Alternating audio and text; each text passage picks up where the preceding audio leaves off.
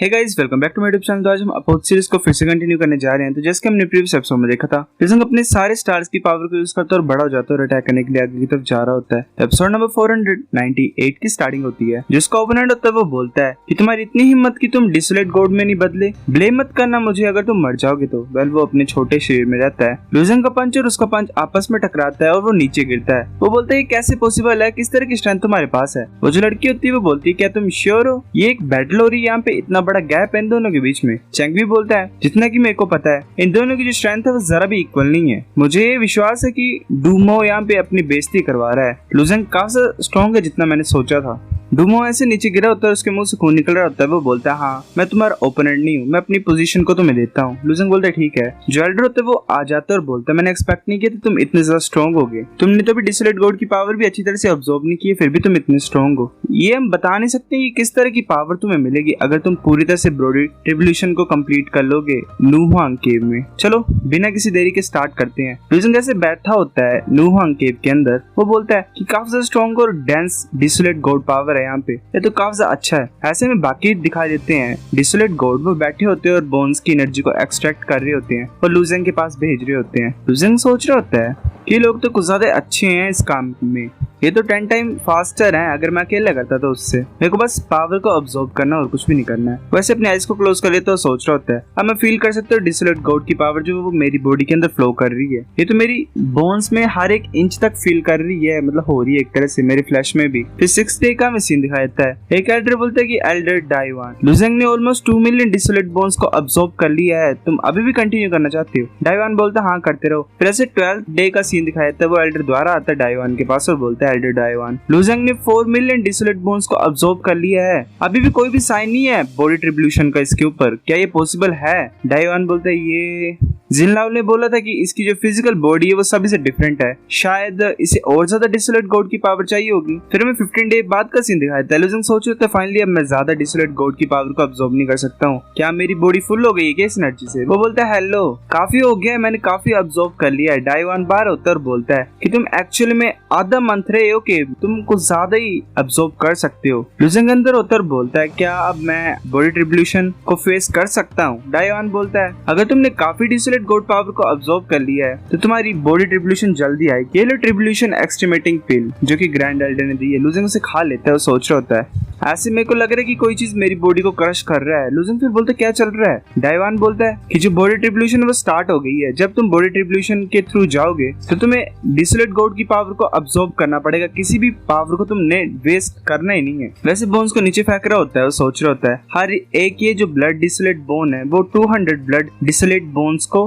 Contain करता है। लिज़ंग अभी 2000 ब्लड डिसोलेट बोन्स को ऑब्जर्व करेगा यहाँ पे। ये 9 ली रेस का 20% रिजर्व था, जिनलाओ कुछ ज्यादा यूज कर रहा है इसके ऊपर, मतलब 20% हिस्सा ये लिज़ंग के ऊपर लगा रहे हैं जो इनकी टोटल थी सेविंग्स। वैसे कर रहा होता है एनर्जी एक्सट्रैक्टर बोलता है कि हमारे जो रेस के बच्चे होते हैं उन्हें हम सिर्फ एक बोन देते हैं, मतलब एक शेयर देते हैं बोन का, पर तुम्हें हम 10 दे रहे हैं। जितने ज्यादा तुम ब्लड डिसोलेट बोन्स को ऑब्टेन करोगे उतने ज्यादा स्ट्रॉन्गर तुम्हारी 9 ली डिसोलेट बॉडी बनती जाएगी, पर जो डिफिकल्टी होगी तुम्हारी बॉडी ट्रिब्यूशन की वो और ज्यादा इंक्रीज हो जाएगी। ये एक बहुत बड़ा टेस्ट है तुम्हारे लिए। लिज़ंग को ज्यादा दर्द में होता है और उसकी ऐसी वेल बोन ब्रेक हो रही होती है, ऐसा लग रहा है। लिज़ंग के चेस्ट में कट पड़ जाता है और एनर्जी डायरेक्टली उसके अंदर जा रही होती है। वो सोच रहा होता है कि जो डिसोलेट गॉड की पावर है तो मेरी बॉडी में एंटर हो रही है, पेनिट्रेट कर रही है, ऐसा लग रहा है कि एक गरम नाइफ मेरी बॉडी को कट कर रहा है और फ्लैश को कट कर रहा है। वो कुछ ज्यादा दर्द में होता है और बोलता है ये कुछ ज्यादा पेनफुल है। तभी लिज़ंग की पीठ में भी कट लगता है और जो एनर्जी होती है वो मतलब उसका खून बाहर निकलता है पीछे से। लिज़ंग ऐसे पड़ा होता है और यहाँ वह खून भी गिरा होता है। वो सोच रहा होता है मैंने काफी ज्यादा फिजिकल पेन को झेला है पहले, मैं सभी में सर्वाइव कर गया, इस टाइम भी मेरे को होल्ड करना ही पड़ेगा। वो ऐसे खड़ा हो रहा होता है, सोच रहा होता है कि ये ऐसी पेन नहीं है जो मैं अपनी बॉडी में फील कर रहा हूँ, ऐसा लग रहा है कि जो मेरी सोल है उसमें भी दर्द हो रही है। डाइवान बोलता है कि जो पहला शेयर था डिसोलेट बोन का वो मैंने ऑलमोस्ट फिनिश कर लिया है, अब सेकंड के लिए तैयार रहो। लिज़ंग बोलता है ठीक है। लिज़ंग सोच रहा होता है जो पहला शेयर इतना ज्यादा पेनफुल था तो मुझे पता नहीं कि सेकंड शेयर में क्या होगा। वेल टोटल में 10 है, क्या बनेगा इसका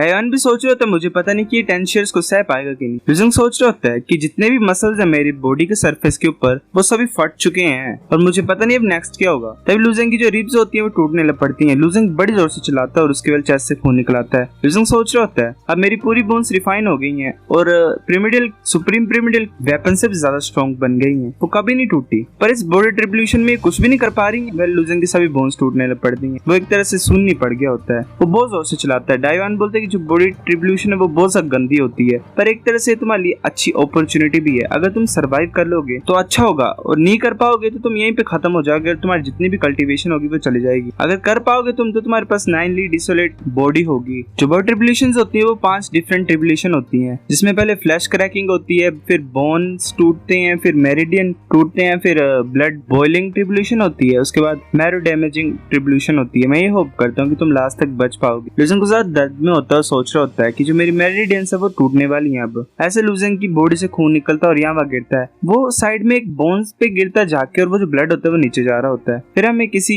क्योस एंशिएंट गॉड की अंदर का सीन दिखाता है। वो ब्लड अंदर जा रहा होता है। वो ब्लड भी नीचे गिरता है और क्योस एंशिएंट गॉड के स्कल में चला जाता है और नीचे नीचे गिर रहा होता है। वहाँ पे हमें एक ग्रीन कलर की बॉल दिखाई देती है। वो बोलती है कि ये एक नया ब्लड सैंपल है, मेरे को इसे ब्रेन मास्टर को रिपोर्ट करना पड़ेगा। वो वहाँ से गायब हो जाता है बॉल और फिर हमें सीन दिखाया जाता है क्योस एंशिएंट गॉड के माइंड के अंदर का। वहाँ पे कुछ ज्यादा ब्रेन मास्टर्स होते हैं। वेल मेरे को लग रहा है कि ब्रेन के छोटे छोटे पीसेस हैं एक तरह से। एक ब्रेन मास्टर बोलता है कि नंबर 9527 तुम क्या लाए हो। वो जो होता है नंबर, वेल इसको नंबर ही बोलेंगे। वो बोलता है कि मैंने नए ब्लड सैंपल को फाइंड किया है जो कि 9ली रेस के मेंबर को बिलोंग करता है, पर इसकी खुशबू कुछ ज्यादा अच्छी है। क्या मैं इस ऑनर को अब्सॉर्ब करूं, मतलब देखूं, ध्यान दूं उसके ऊपर। ब्रेन मास्टर बोलते गिव अप कर दो, अब ये सही नहीं होगा अगर हम अपनी उम्मीदें इन लोगों के ऊपर लगाएंगे। तो हमने ऑलरेडी काफी ज्यादा लोगों के ऊपर दिमाग लगाया था और देखा था उन्हें, पर कोई भी हमारी क्वालिफिकेशंस को नहीं पा पाया और जैसी हमारी रिक्वायरमेंट है वो नहीं कर पाया। जो मेन लीडर्स हैं, एग्जाइल्स हैं, वो ही ऐसा नहीं कर पाए तो इनकी डिसेंडेंट क्या ही कर पाएंगे। वो जो होता है नंबर, वो बोलता है पर ब्रेन मास्टर तुमने ये नहीं सिखाया था मुझे कि मतलब कभी भी गिव अप नहीं करना चाहिए। ब्रेन मास्टर हंसता और बोलता है हम बस यही चाहते थे कि तुम जो लिटिल गाइज हो वो और ज्यादा इंटरेस्टिंग लाइफ जियो इस वर्ल्ड में। नंबर बोलता है कि तुम सभी ब्रेन मास्टर हो, तुम ऐसे कैसे कर सकती हो, मैं ब्लड सैंपल को टेस्ट करने के लिए जा रहा हूँ। ब्रेन मास्टर बोलता है कि गिव अप कर दो नंबर, तुम एक अच्छी लाइफ को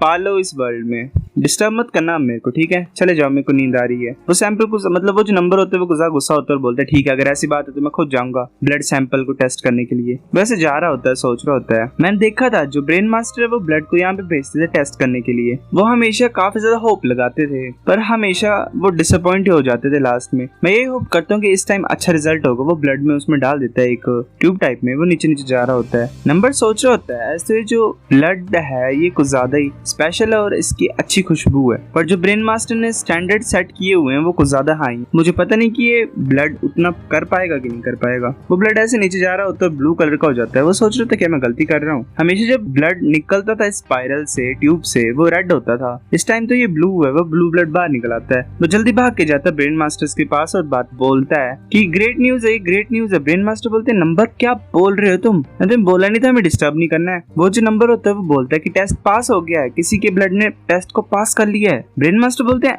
ऐसा लग रहा है सच है, किसका ब्लड है। वो ब्लड ऐसे नीचे गिरता है ब्लू कलर का। जो ब्रेन मास्टर होते हैं वो भी ऐसे जोर से चला रहे होते हैं कि हाँ हमारे पास होप है अब। शायद कि उस एंशिएंट गॉड के हर एक बॉडी का छोटा छोटा पार्ट जो होता है जैसे वैसी चीजें हैं, ये इन सभी के पास अपनी अपनी कॉन्शियसनेस है गाइस।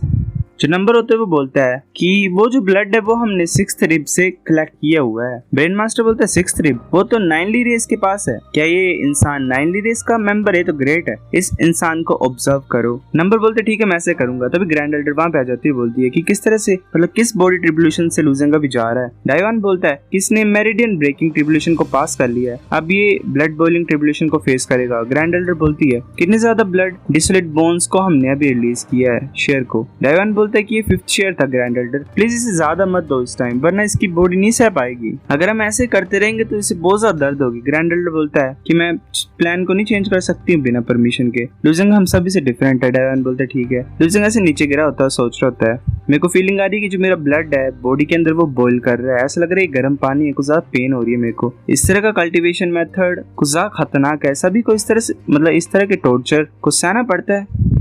एफर्ट से कुछ ज्यादा ग्रेट है। अगर मैं ध्यान नहीं दूंगा तो मेरी बॉडी कोलैप्स कर जाएगी और मैं यहाँ पे मर जाऊंगा। शायद ये अच्छा है ग्रैंड वर्ल्ड कल्टीवेशन मेथड को यूज करने के लिए, क्योंकि वहाँ पे जो रिस्क होते हैं वो डांटेन के ऊपर ही होते हैं और वो थोड़ी कम पेनफुल होती है। अगर मैं यहाँ पे गलती करूंगा तो यहाँ पे डायरेक्टली मर जाऊंगा। तभी ऐसे प्रोसेस चल रही होती है, ऊपर से एनर्जी आ रही होती है, तभी वो जो नंबर होता है वो बाहर आ जाता है बोन से। वो बोलते मैंने फाउंड कर लिया है। बाकी जो होते ब्रेन मास्टर्स वो बोलते अच्छा ये वो इंसान, ये तो एग्जाइल है नहीं, ये तो यंग है और ये बॉडी ट्रिब्यूलेशन के थ्रू जा रहा है ना। दूसरा ब्रेन मास्टर बोलता है जो भी डिसोलेट गोड्स है इस वर्ल्ड में वो बॉडी ट्रिब्यूलेशन को पास करना चाहते हैं, पर जब से पहला ट्रू मीनिंग ऑफ डाउ चेंज हुआ है वो अदर शोर में नहीं पहुंच पाए हैं बॉडी कल्टीवेशन के थ्रू। इंसान कैसे टेस्ट को पास कर सकता है? काउंटलेस एग्जाइल्स जो थे वो फेल हो गए हैं। दूसरा बोलते हैं अभी भी ये अनक्लियर है, हमें पहले ध्यान से देखना पड़ेगा कि ये क्या करता है क्या नहीं। तभी एक ब्रेन मास्टर है आनो जतर बोलता है सभी सुनो मेरी बात, मेरे पास एक सजेशन है। कुछ भी हो, उसने हमारे टेस्ट को तो पास कर ही लिया है। अगर ये बॉडी ट्रिब्यूलेशन को कर रहा है तो हम इस अपॉर्चुनिटी को लेते हैं और कुछ ब्लड को अपने को इसकी बॉडी में डाल देते हैं। कैसा लगा ये तुम्हें मेरा idea? So guys episode number 498 इतना था। अगर आपको वीडियो पसंद तो लाइक करनी, लाइक कर दो, शेयर कर दो, साथ कमेंट करके बता। अगर आपको वीडियो कैसी लगी सब्सक्राइब करो। तब तक के लिए बाय बाय।